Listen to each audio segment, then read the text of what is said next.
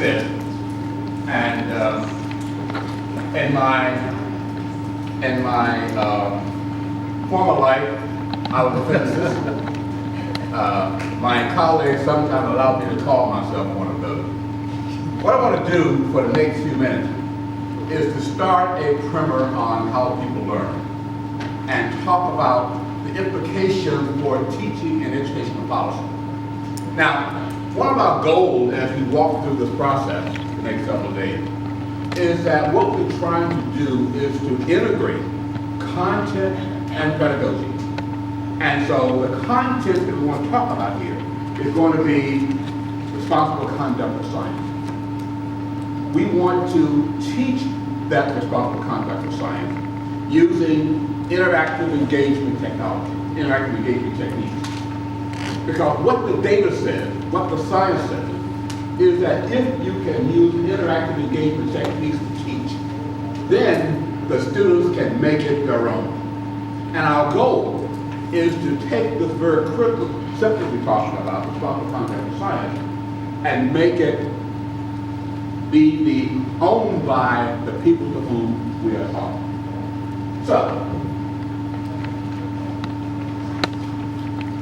if you know, when Alice started, we started out with the lesson objectives for the day. So, what are our objectives for this part of the session?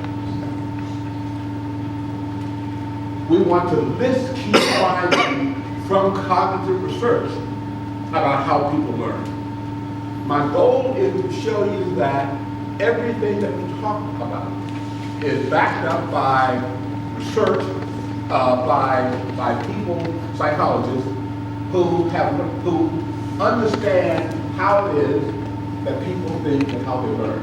And there's a great research base behind it. We may not know that research base, but it's there. And it is in our DNA that, as an example, I'm a physicist. There's an awful lot of biology that I don't understand. But I make the assumption that my colleagues in the life sciences do good research. And so therefore, I don't need to go back and reinvent the wheel. Namely, because when I come from outside the field and try to reinvent the wheel, I end up reinventing the flat tire. We don't want a flat tire. We want to describe the testing effect and how it impacts on metacognition. I'll talk more about what metacognition is. I want to distinguish the traits of expert and novice learners. How do I distinguish between someone who's an expert learner and someone who is a novice learner? I want to rank methods that help people learn best based upon the literature. Now, having done that, having started the class by talking about what the objectives are, now your students know what it is that they're expected to walk away from that class knowing. And so you have leveled the playing field for your students. Additionally, you have reminded yourself what it is that you are supposed to accomplish in that session. So you know what your goal is, what you're trying to get, and your student also knows. Now, obviously you can't read this. What's my goal? These are simply research papers which talk about what the research is behind the teaching methodology we want to talk about. And that bottom list is simply there to give you a sense of the fact that there is a research base for this. Now, a number of years ago, the National Research Council was asked to do a report and talk about how people learn. There were three major findings that we want to talk about that came out of that report.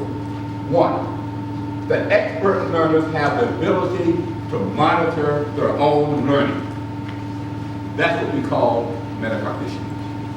And so the thing that differentiates you from your student is that you can have a sense of when you're learning something and when you are just reading the words. Our goal is to get our students to the point where they can also monitor their own learning. They also know when they are learning something and when they have learned something, and give them a goal, give them techniques for doing that. In order to do things, in order to get people to learn, we have to build both a deep foundation of factual knowledge. The content is extremely important. But we also have to build a strong conceptual framework. And one of the things that happens in traditional teaching is that the paradigm for years has been that content is king. And that if we get the content right, the rest will take care of itself. We have learned the hard way that just doing content, not building a strong conceptual framework, simply doesn't get us where we want to go.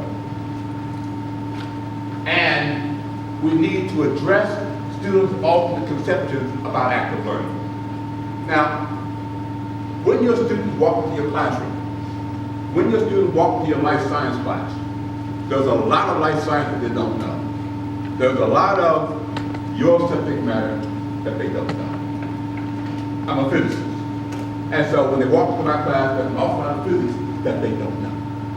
And then I walk in and start talking about things. As an example, they live in a world of friction.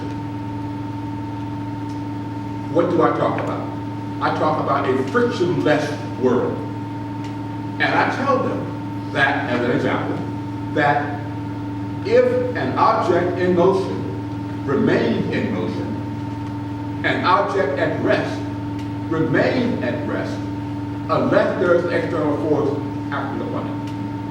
And every student in my class knows that if I want this book to move, what do I have to do? External force. And if I stop external force, does it keep on moving? The answer is no, it stops. And so they have lived in that paradigm for their entire life, and there I ask them to take it on faith that in my world, that paradigm does not work. So in order for me to get the student to accept my paradigm, I have to demonstrate that their paradigm no longer gives them the right answer. And until I do that, the research says, they will hold on to a paradigm that the concept that they had.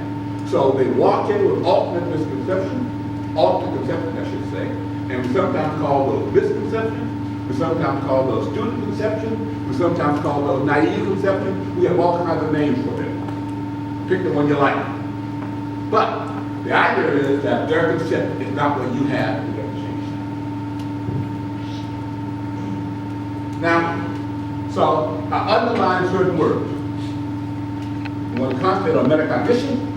Students what? Being able to assess their own learning.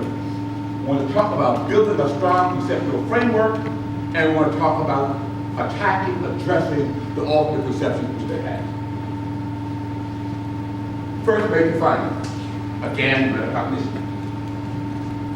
For the less experienced learners, frequent testing can enhance their metacognition. Frequent testing can do that.